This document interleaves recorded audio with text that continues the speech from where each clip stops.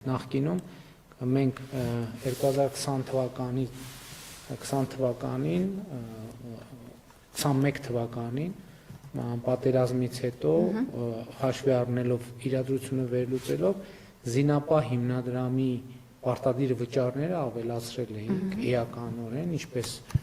պարզվեց նույնիսկ անգամներով, բայց հիմա տեսնում ենք նաև, որ զինապահ հիմնադրամը բավարար ֆինանսական միջոցներ է կուտակել, որպեսզի այդ միջոցների կառավարման արդյունքում գեներացված եկամուտները բավարարեն իր խնդիրները լուծելու համար։ Հիմա մենք քաղաքացիներին ասում ենք, սիրելի քաղաքացիներ, շնորհակալ ենք, որ այս ընթացքում այս բեռը վերցրիք ձեր վրա։ Հիմա մենք ըստ էության դարձնում ենք 1000 դրամ նախկինի նման, ոչ բոլորի համար։ Մինչև 1 միլիոն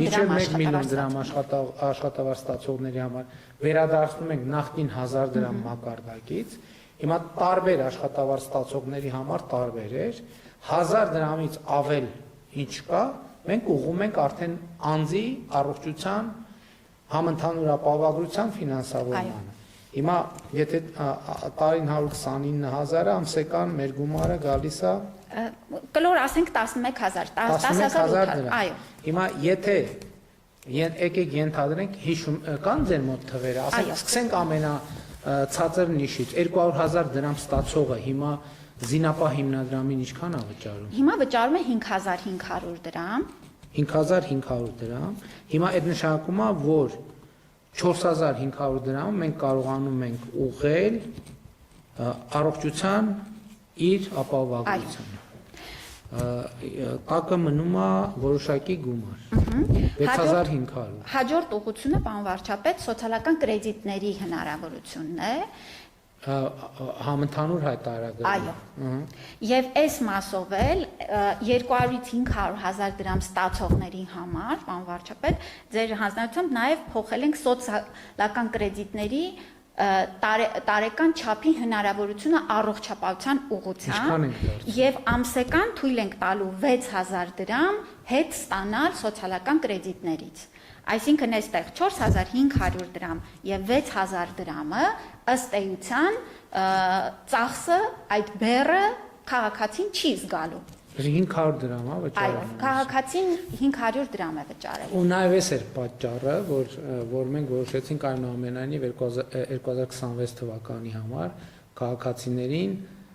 քաղաքացիներին այլ բանաձև առաջարկել, որովհետև օբյեկտիվ եւ սուբյեկտիվ պատճառներով համընդհանուր հայտարարագրման համակարգի ծավալները մենք եւ համակարգը փոխեցինք, դրա մասին խոսել ենք եւ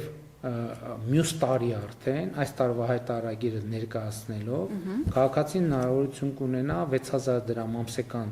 սոցկրեդիտը հետ ստանալ եւ կստացվի, որ ամիսը առողջապահության ապահովագրության համար վճարում է 500 դրամ։ Այո, պարոն վարչապետ։ Եվ դրա դիմաց ստանում է 129,000 դրամանոց փաթեթ, որը էս էլ շատ կարևոր է, որի փոխհատուցման չափը 129,000 չէ, այլ կարող է հասնել մի քանի միլիոն դրամի մեկ վիրահատության կամ մեկ միջամտության համար։ Իհարկե դա էլ ասեմ, որ Տիկին Ամանեսյան այնուամենայնիվ հույս ունենք եւ մաղթում ենք մեր քաղաքացիներին, որ նրանք